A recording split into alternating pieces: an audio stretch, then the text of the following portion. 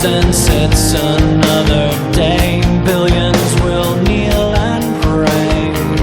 Anything to aid escape from the world so cold and gray. And we're back. And as you know, it seems weird because usually the episode starts with my partner in crime saying something like, "That's a good boy with the, petrodollar." So there you go, you got it. But welcome back to Bones and Tubs. We're here on this stiflingly hot fucking day in this stiflingly hot studio. It's hotter than hell. It's great. We've been gone for a minute. We've had stuff going on. If you follow our socials, you'll see that Bones had a baby. Little baby Bones. So he's been out with that, having to, be new father stuff again. So we got the doctor stepping in for Bones for a week. We got the doctor coming in, doing a show. Hopefully Bones will be back shortly. Hopefully next week. But we're here, and we have a subject today.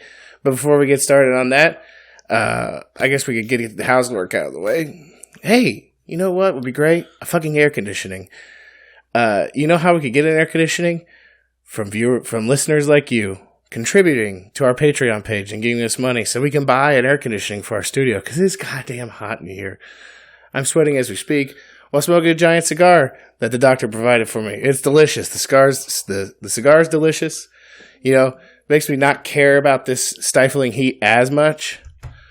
But it's still very hot. And your money could make it not hot. Just FYI. Just head on over to patreon.com. /Bones and Tubs.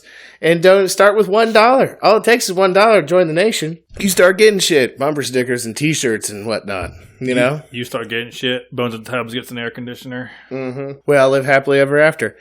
If you're onto our other socials, you can always check us out on Instagram. We passed the 2,000 followers mark just a couple days ago. Nice. Hoorah. So we got 2,000 you enjoyable people out there following us, occasionally trolling us, and that's okay. You know what I mean? I revel in it. Not really. I hate social media, but it is what it is.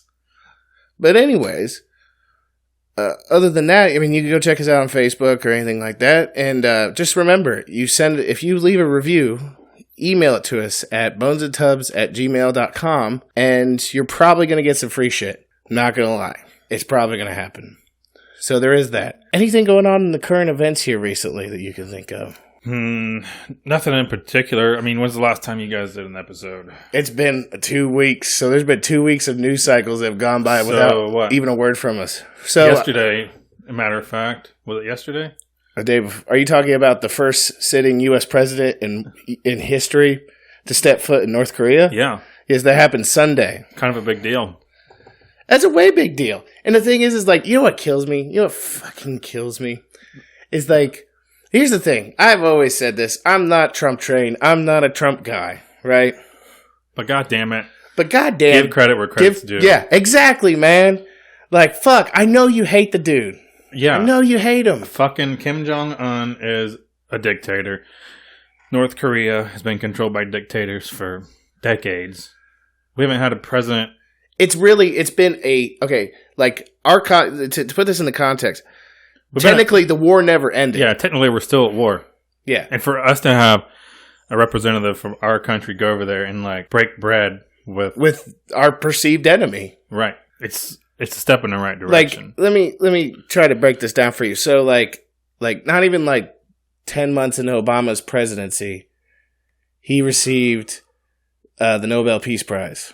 For what? For really nothing. Let's be honest on this, because he didn't actually. His policies hadn't really been driven forward or anything yet. Right. And it was just we know why. We all know why. It's called virtue signaling. Everybody. That's exactly what it was.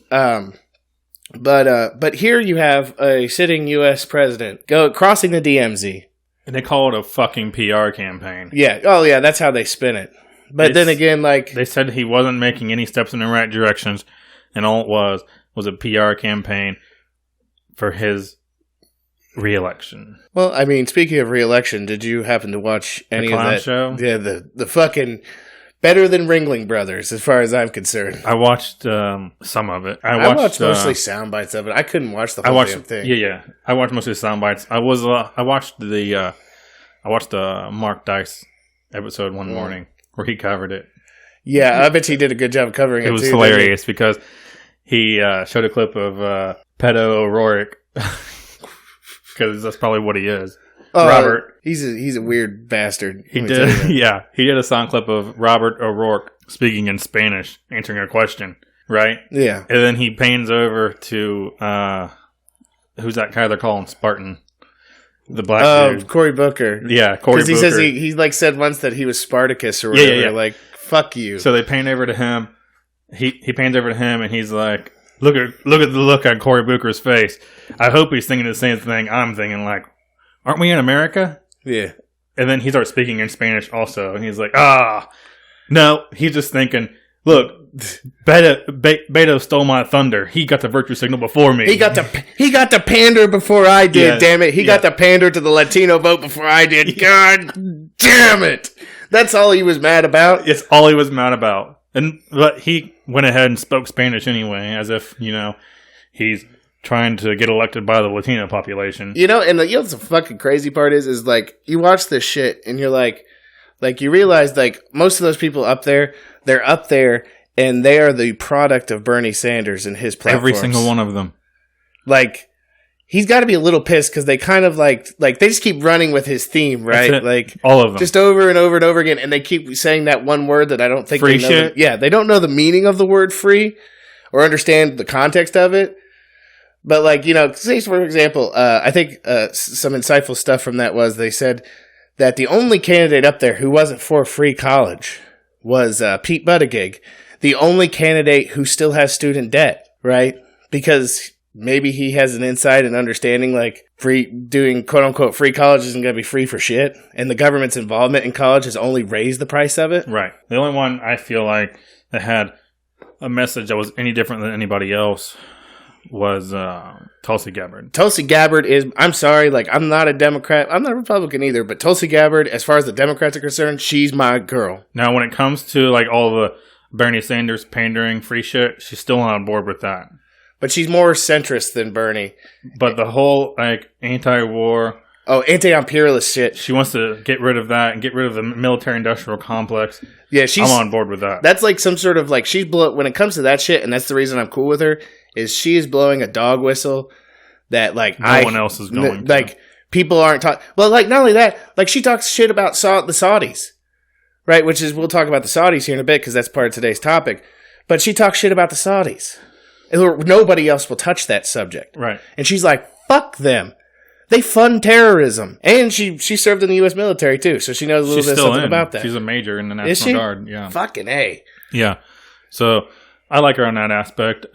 Of course, the left-wing media ignores everything she says. Well, her and like Andrew Yang. There was... Yang Gang. The statistics on Google, her and Andrew Yang were the two most searched.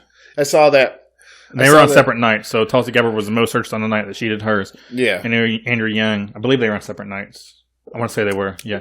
And Andrew Yang was the most searched name. Dude, Andrew Yang got like 200,000 more Twitter followers after his debate. Yeah, and then they both had like... And he only had 2 minutes of speaking time. I don't know how much clout you take on like the Drudge Report surveys, but considering most of them are probably right-wing that are following to the Drudge Report. Well... But both of them had the highest vote.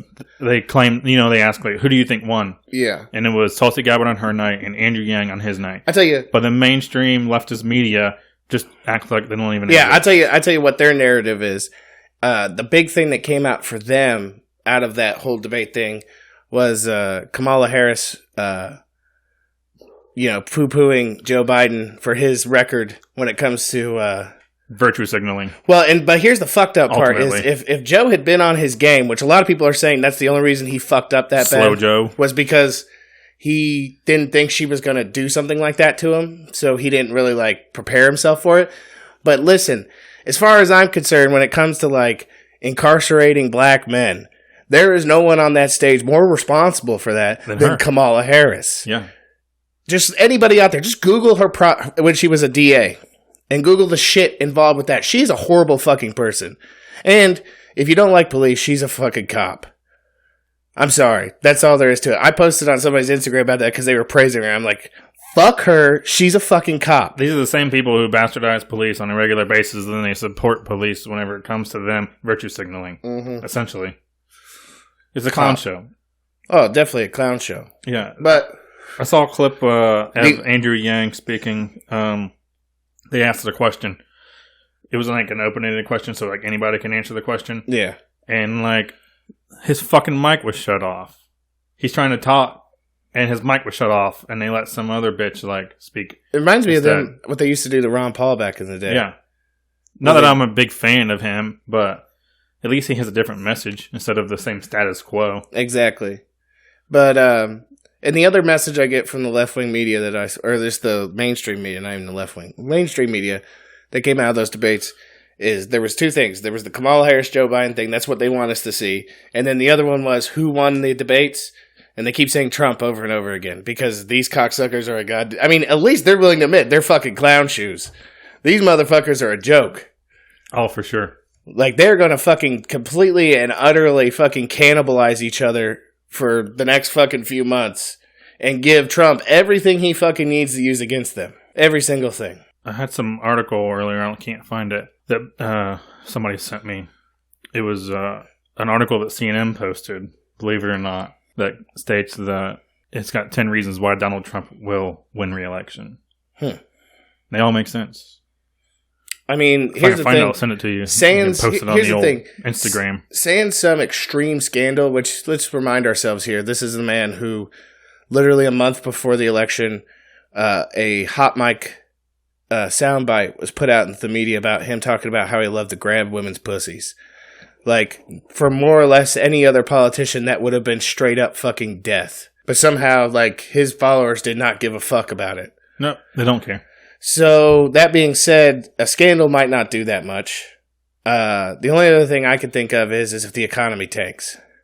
And I saw an article just yesterday about that, where they were talking about how economists are saying that in 9 to 18 months, there's going to be another recession. I mean, they're going to try to fucking push it. Let's get real. They hate Trump so much that they're willing to crash our economy. I believe it. I mean, it could be because of some of his policies. But at the same time, we all know that no matter what he does, they try to destroy. Yeah. So, definitely. Who would really know? And here's the thing. Like, all things considered, like I said, I don't like the guy, but you got to give credit where credit's due with the whole North Korea thing, everything like that. But the other aspect of it is this. For somebody that has opposition completely from one side, and even opposition in his supposed own side, the dude has got shit done. Yeah. Whether you like it or not, whether you like what he's done, here's the thing, he's even gone above and beyond, like, what we would perceive as, what I would perceive as legal for an executive person in the executive branch to do. You know, make these decisions like, oh, we're going to declare emergency at the border and da-da-da-da. That's, I think, a little extra. Yeah, I'm not a fan of his policy with the border. No, neither am I, but here's that's such a touchy issue. It's such a, hard nut to crack. You know what I mean? And here's the thing. I have not been able to ever sell a single person on my rhetoric when it comes to the border. And that's this. I'm cool with the border being completely open, right? It's already been open for how long? Yeah, I'm cool with the border being completely open with one stipulation. End income tax. Because as far as I'm concerned, if you income tax and switch it over to consumption taxes, it doesn't matter whether you're American, a Mexican, it doesn't matter. Fucking Filipino. We're all paying our fucking taxes. Right. If you're paying consumption taxes, because we got to buy shit. So, ergo, you're paying into the system. Whether citizen or not. Like, make U.S. citizenship kind of just a fucking moot point. Like, it doesn't fucking matter anymore that you're U.S. citizen or not. I feel like I'm in a raunchy strip club with all this cigar smoke lingering around. I kind of like it, though. It distracts from the heat. Yeah. You know what I mean? Like, I feel like we're in some sort of, like, fucking, like, smuggling operation, like some sweatshop in fucking Vietnam trying to deliver our message to the front. So, I guess, speaking of messages, another thing that happened, which kind of, I guess, might lead us into today's topic, is the stuff going on with Iran. Okay, yeah. So there was two reasons I wanted to do this topic today. The first one was the Iran stuff. Like, so that happened while we were away, believe it or not. If you don't know, one of our U.S. drones was shot down by an Iranian missile. It was a spy drone. The argument is whether or not it was over international waters or over Iran's mainland. And nobody really knows. Iran's claiming it was over their land. To me, it sounded like it was a trap. Like they were trying to trap Trump into fucking mobilization. Yeah. And surprisingly, he didn't take the bait. They tried to blank it out like on the media as if he's the one that called the shots to make the attack and then pulled it off at the last second. Yeah. When in reality, it was someone else who said, go ahead and let's bomb Iran. Yeah. And then Trump was like, Trump pulled back. No. Yeah. No. We don't need to do this. Which is also, once again, not trying to tout the man, but goddamn. I feel like his considering tactics, John Bolton is his fucking, Secretary of Defense? Right. He's a fucking war-hawking piece of shit. Oh, yeah, for sure. Yeah. Yeah, that was what I wanted to talk about. And then another thing that kind of inspired me to do this one today was I watched the movie Vice, that new movie about Dick Cheney, and by Adam McKay. Anybody out there wants a movie recommendation, watch Vice. It's fucking awesome. Like, it's a great movie. And it'll make you laugh because, Dick Cheney is, kind of the devil. Kind of Satan. Well, I mean, they kind of humanize him a little bit. Right. It's good, though. I like it. But anyway, so today's topic is we're just going to give an overview and a possible interpretation as to U.S. involvement in the Middle East. And I'm taking this back. We're going back to the beginning and try to, push it up. Right? Just kind of give a brief overview of the things that started it, or our intervention over there, what we've done, and then why we're doing it. I don't know, you may have done a little bit more research on that. I know just, the basics of that type of stuff. I did a little bit more research on the radicalization of Islam. Well, see, that ties into it, though, too, because exactly. Here's the thing, in Vice, they basically break it down it's the U.S.'s fault that ISIS exists in the first place, because the guy that started ISIS was kind of he was a no-name terrorist dude, but then he was in Iraq, so we were oh, he's in Iraq, and he's part of Al-Qaeda, and touted him and said he was this big mastermind, when in reality he was a shitbird, but because we gave him that clout, he was able to fucking start the Islamic State of... What is it? Iraq and Syria or whatever? Yeah. Yeah. Something like that. ISIL or the Levant. I can't remember the whole thing. It changes every other week, I feel like. So, anyways.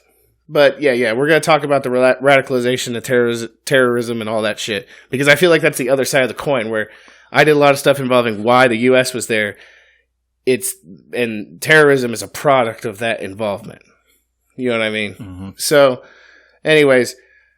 Not to get too descriptive here, but basically, we really didn't have much to fuck with the Middle East prior to World War I. World War I it was kind of our introduction to the world stage for a bigger role, right? To take a more postured stance with the rest of Europe and stuff, and decide we're going to be a part of this now, right? Right. And prior to that, we had there's the Barbary Wars and stuff like and that. The Spanish-American War. And yeah, so there was... We were in the Philippines. There was some involvement. We weren't really...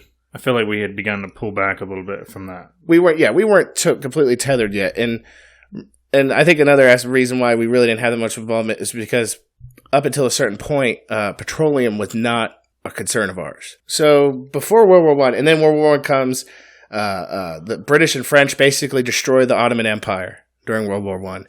And which, if you don't know, the Ottoman Empire was fucking huge. All these countries we're probably about to talk about, a big chunk of them are just part of the Ottoman Empire. Turkey, I think Yemen, Palestine, all those countries were part of the Ottoman Empire. Right. Right. So we break it up. And we break it up in these little chunks and pick what we want. That was Bosnia and all that stuff, too. Yeah. So we pick out what we want. And then, more or less, the British go in there and they start making friends with these shahs and shit and start making and these kings over there, right? and they start making wheeling and dealing with the petroleum because they have shitloads of it. They're sitting on an ocean of oil, right? And that was part of the reason why they were the English war machine was able to keep going through World War II because of the reserves that they had in the Middle East.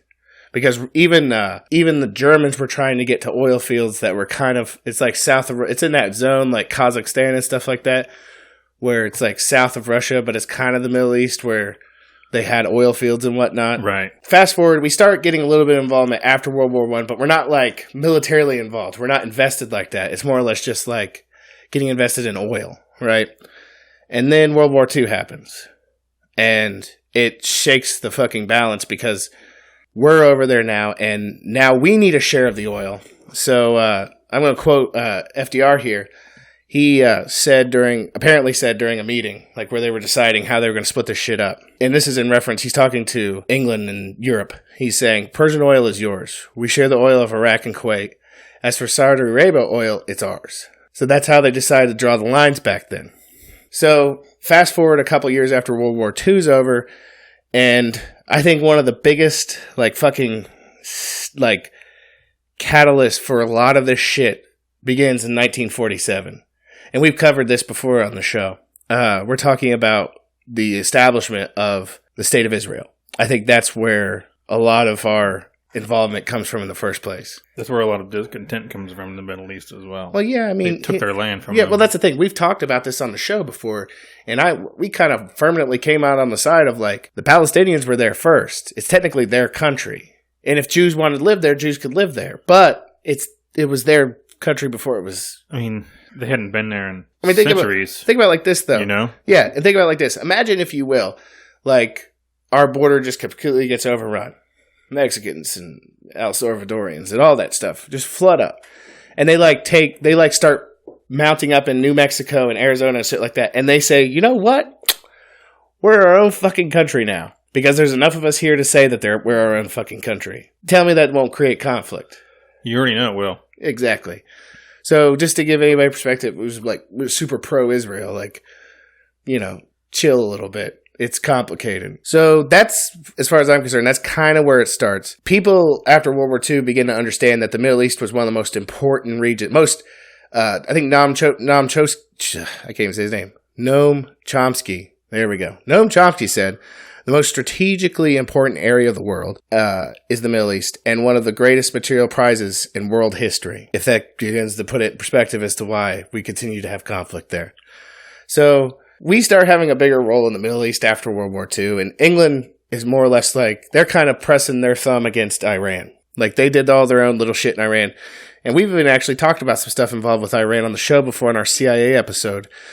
I believe we got into more in-depth with how we helped England depose a democratically elected leader in Iran, in place the Shah in his place, and that was in an operation called Operation Ajax. So this was a CIA effort. Yeah, didn't they have it was democratically elected president or leader or whatever they call him, and that was in the 50s. Yeah, wasn't it? Wait, what was that? Like, and then in like 53 or so, that's when like we went in and helped them overthrow somebody. Exactly. Yeah, that was kind of our MO. Like, we wanted to elect governments that were friendly to us, to our investors, our bankers, and all that, to make money. Whether or not they were democratically elected or not. It doesn't matter. That's irrelevant to the conversation. As long as they're willing to will and deal, we'd rather work with them. Because the people that went into power that overthrew the democratic government was because they were imperialists. Well, what happened was, so Iran wanted to basically, their democratically elected leader wanted to nationalize oil, which would have divested the UK completely out of the project and would have taken them out of the game, because they were like, we're going to nationalize this, it's going to be ours, and we're going to use the money to support our people. And, you know, of course, over their fucking tea and crumpets, the fucking British are like, oh, really? Is that what you're going to do?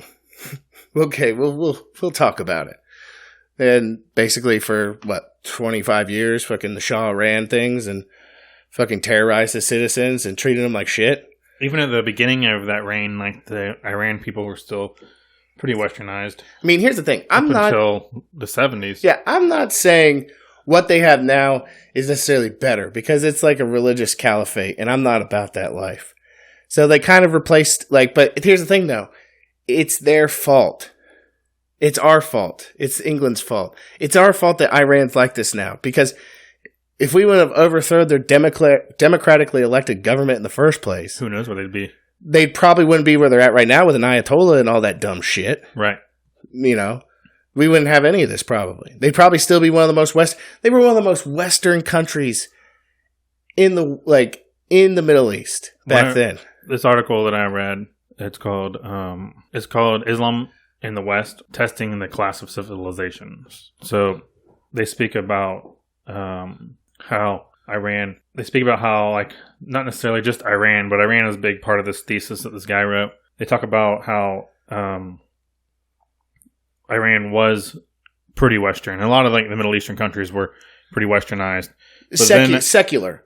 They were very secular. They had secular government. If you want to call it that, I mean, it's probably better to call it secular than Westernized because they still had their culture. They still had culture, but they understood that you kept your government separate from your religion. Right, but then as the cat was let out of the bag about how the West had been meddling in their elections or whoever was in power for the last 20 years, that's whenever the radicalization started to grow. Exactly. Because they saw that as basically a threat against their culture. And here's the thing, more often than not, it seems like a lot of times a good binding agent to draw people together for a cause is normally generating a religious fervor around it, right? Because that's something that they all associate with and they can all understand, right? Right. We're all part of this together. We're all part of this group. And they became afraid that they were going to lose that culture and that religion. Exactly. Because of Western influence. Exactly. And so that's kind of how the Ayatollah came to power. They were pretty radicalized. So we all know what the Truman Doctrine is, right? The Truman Doctrine is the doctrine President Truman enacted where he basically said we had to stem the tide of communism. And that is part of the reason that's a lot of our wars were fought. After World War II, a lot of our wars were fought over that notion, or conflicts. Korea, Vietnam, Cambodia. To stem the tide of communism, right? Arming Afghani militants against the Soviet invasion, what have you. It was part of the Truman Doctrine. Meddling in a bunch of South American countries who were talking about bringing communism into power.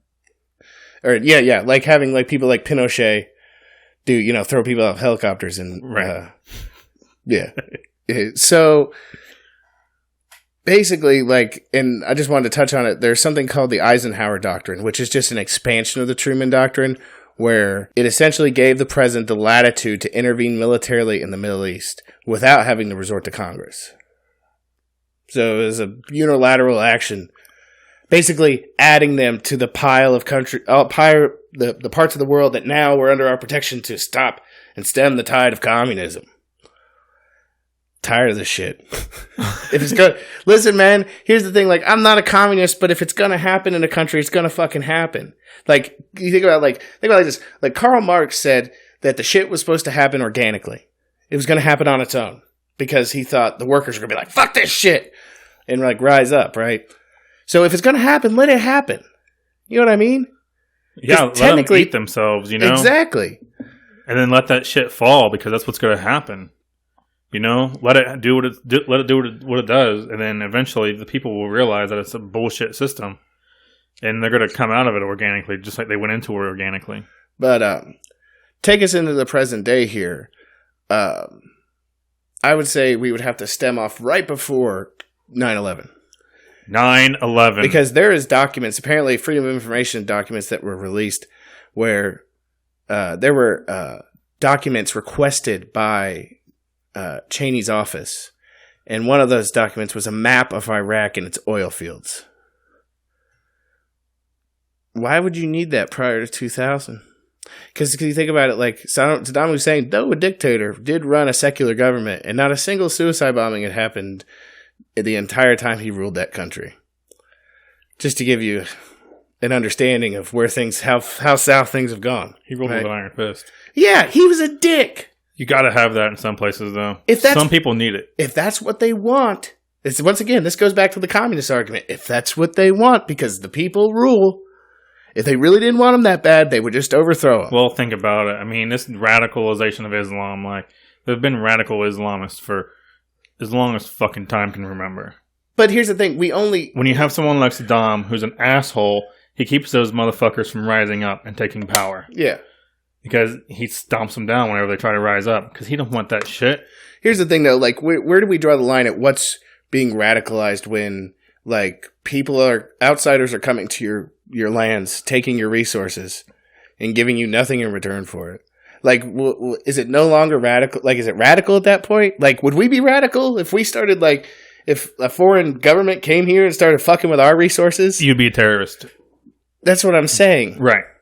Like, they do these things because we're there. Right. And because we've continued to be there. Like, if it's not us, it was England and France before us. Subjugating them, stealing their resources, taking their shit, and not paying them back for it. Killing their family members, which in turn creates more radical people. Exactly. Bombing fucking churches. Yeah. Killing fucking kids as they're walking to school. But, so, to put it down, our biggest operations have been in Iraq, Saudi Arabia. Well, not Saudi Arabia. We're allies with them. Right. We let them rule because they, once again, they play ball. Exactly. And they've managed to keep an iron fist in their country. Like, we won't like talk about the fact that, like, they're terrible to their women, or the fact that they got elected to the UN Council on They're definitely Women's not Affairs. secular. Like, give me a fucking break, dog. But anyways, so Saudis are our friends. Syria, Libya, Egypt, Yemen, and Afghanistan. If you want to count that. Some people count that as part of Asia, but I say it's pretty much the Middle East. Yeah. It's on the fringe. So we've been fucking everywhere over there. And Iran before, like, the revolution. But we've been everywhere. We've been everywhere over there. We've been entangling ourselves in their affairs. And the big question is, I think what it breaks down to is why? Why are we over there? Why have we continued to be over there? Like, I've been asking myself that question for a long time. See, here's the thing. Like, you ask some people, and Freedom. well, yeah, they'll say freedom, or they'll say like, it's to protect Israel. It's the reason we continue to intervene. If they want to believe that, that's the reason. Or why we went to Iraq in the first place, for one individual who really wasn't that big of a deal. Until we made him one. They were supporting Al-Qaeda, allegedly, weapons of mass destruction, and they were afraid that they were going to give the so-called weapons of mass destruction to the Islamic terrorists. Just supposedly. Lots of supposedlys and allegedlys. Not a lot of evidence to that. The only evidence there was that Saudi Arabia was supporting them. Yeah. Well, that and the fact, like, we know that Saudi Arabia has supported terrorism, but you don't see us boots on the ground in there fucking shit up, killing families and shit. Yeah, we don't see that. But, so anyways, I kind of, like, started looking into it to see what the reason was. And a lot of person, like an angry person, an anti-war person, might say oil. It's because of the resources. Fake news. I think that's fake news, too. I used to think that. I used to think that was the reason we were over there. I think so, too. But you look a little closer, and you start to see evidence of something, and it reemerges over and over again with these countries. When you see they start talking about... See, the thing is right now, is that oil is traded throughout the world using, for the most part, one currency. The U.S. dollar. The U.S. dollar. Which means that the U.S. dollar is in demand because they have to get loads of it to buy this oil. So... what you continue to see over and over again in these countries, and I think this is what it really boils down to, so it kind of goes back to the bankers again, is every time a country attempts or threatens to drop the dollar, the petrodollar, if you want to call it, and pick up something like gold or another currency, you start hearing the fucking war sabers rattle right off the rip. Like, this is how we get to people talking about going to Iraq a year before 9/11 and 3 years before we invaded Iraq. They wanted to go to Iraq. Why? Because Saddam Hussein was talking about dropping the U.S. dollar and switching over to gold. It's the same thing with Libya. It's the same thing with Syria. It's the same thing everywhere else we go over there. It's because they threaten to drop the dollar. I think that's what it is. It's a power move. Yeah. Because without all that flow of cash constantly. Not to jump out of the Middle East, but we've seen that play out in other countries outside of the Middle East as well. Venezuela did the same thing. Yeah. And then we tanked them. Tanked them with sanctions. Yeah. We tanked them with sanctions. We tanked them with sanctions, and we basically forced their hand into like basically investing all of their money behind their oil reserves. And when oil dropped, thus so did their economy. Right. I mean, but you see that over and over again. So basically what I think it boils down to is just what it always is money. Money, money, money. Money gives you power. Well, yeah. I mean, and control. Exactly. That's what it's all about. Because if you're getting your resources changed out for someone's cash, then you're not under the thumb of them anymore. Exactly. So that's what I think it breaks down to. I don't know if you have, but like the terrorism and all that stuff is really, as far as I'm concerned, it's a byproduct of this. It's definitely a byproduct. I mean, imagine if some country invaded us. Don't tell me you wouldn't be out there. Don't tell me you wouldn't be all Red Dawn. Fucking setting up roadside bombs. Yeah. Killing whoever it was. Of course you would. Taking out as many as you could. Right. Because it wasn't about winning. It was about fucking disenfranchising and demoralizing them. Right. You know? I mean, that's the truth of it. It'd be some Red Dawn shit, for real. And that's exactly what we're doing. But people fail to realize that. They just see it as conflict and warfare. And it's okay to do those things. Right. But I digress. I mean... But yeah, that was my little Middle East episode that I wanted to do. Was it good? I think it was good. I mean... I think it kind of... It all brings it together. And and it scratched the surface of what I wanted to get at. So that if people wanted to go out there and do the research for themselves and find out basically what I just told them, except in a more detailed manner, there's plenty of resources out there to find it. So what's the next step in their power play, you think? Well, they're not going to stop. They will probably... I kept hearing them say that supposedly Iran has gone over their 311 kilogram limit on uranium. Yeah, I read that yesterday. So it sounds like they're kind of setting up the dominoes for some sort of... I mean, here's the thing, like... And this is not to say the United States is the only culprit. A lot of these missions in the Middle East are coalition-led missions. It's not just us.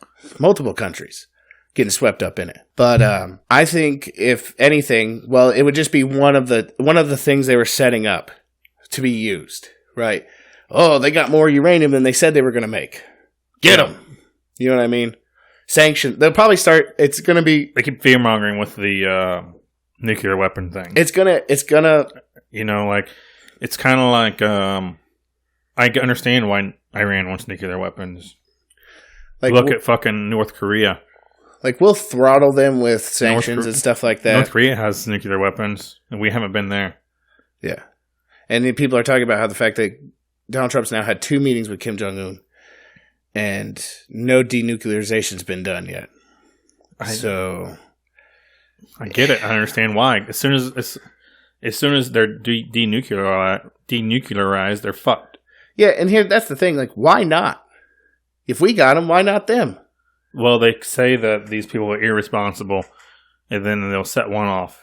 Coming from the country who's set off 2 nuclear bombs and killed hundreds of thousands, I don't know how many civilians died. Yeah, considering, we... they're the ones that they're going to be irresponsible. They may act irresponsibly and kill civilians with nuclear weapons. Let alone our nuclear armament. Let alone, like, think about all the other shit we've done. Like we talked about it on the CIA episode and all that shit. Like, all the shit that we've been a privy to that we've committed for, like, reasons. But it's not reasons. It's not for freedom or anything like that. Yeah, I got into an argument with somebody the other day because he wanted to position himself and say that the last time the U.S. has ever had to fight for its freedom, literally, was the Revolutionary War. Which then I argued, I said, no, you're wrong. I was like, the War of 1812. I was going to say, the War of 1812. We tried to argue that it wasn't us defending our freedom because we invaded Canada. And I was like, we only invaded Canada after they were, like, capturing U.S. ships and saying, they're British ships now, and you're all British subjects, and you've got to work for us. Like, they were conscripting people against their will.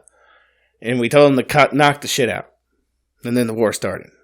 Like, that was us. And I was like, how can you say that wasn't us fighting for our freedom? Like, they burned DC to the ground. Right. You know, there's epic battles. There's a battle on Lake Erie. Like, give me a fucking break. Right. That shit was intense. But either way, I mean, that was still, what, 200 years ago. Yeah. So. But I digress. I think it's about time for us to wrap up because It's hot and fucking here. Very sweaty. It's very smoky in here. And I think we've made our point. We'd like to thank you all for listening. We hope you had a good time. We hope to see you next time. We hope you have a good week. We hope you have a good rest of your summer. It's been very hot this year. Stay cool.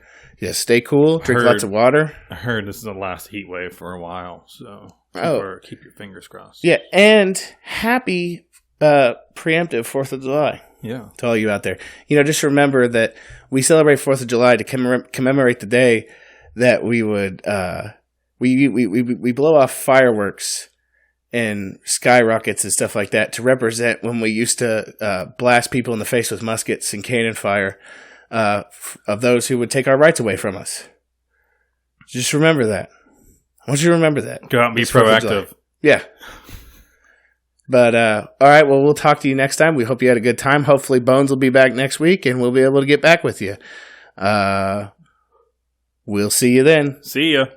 You gotta say, we love you. We love you. We really do.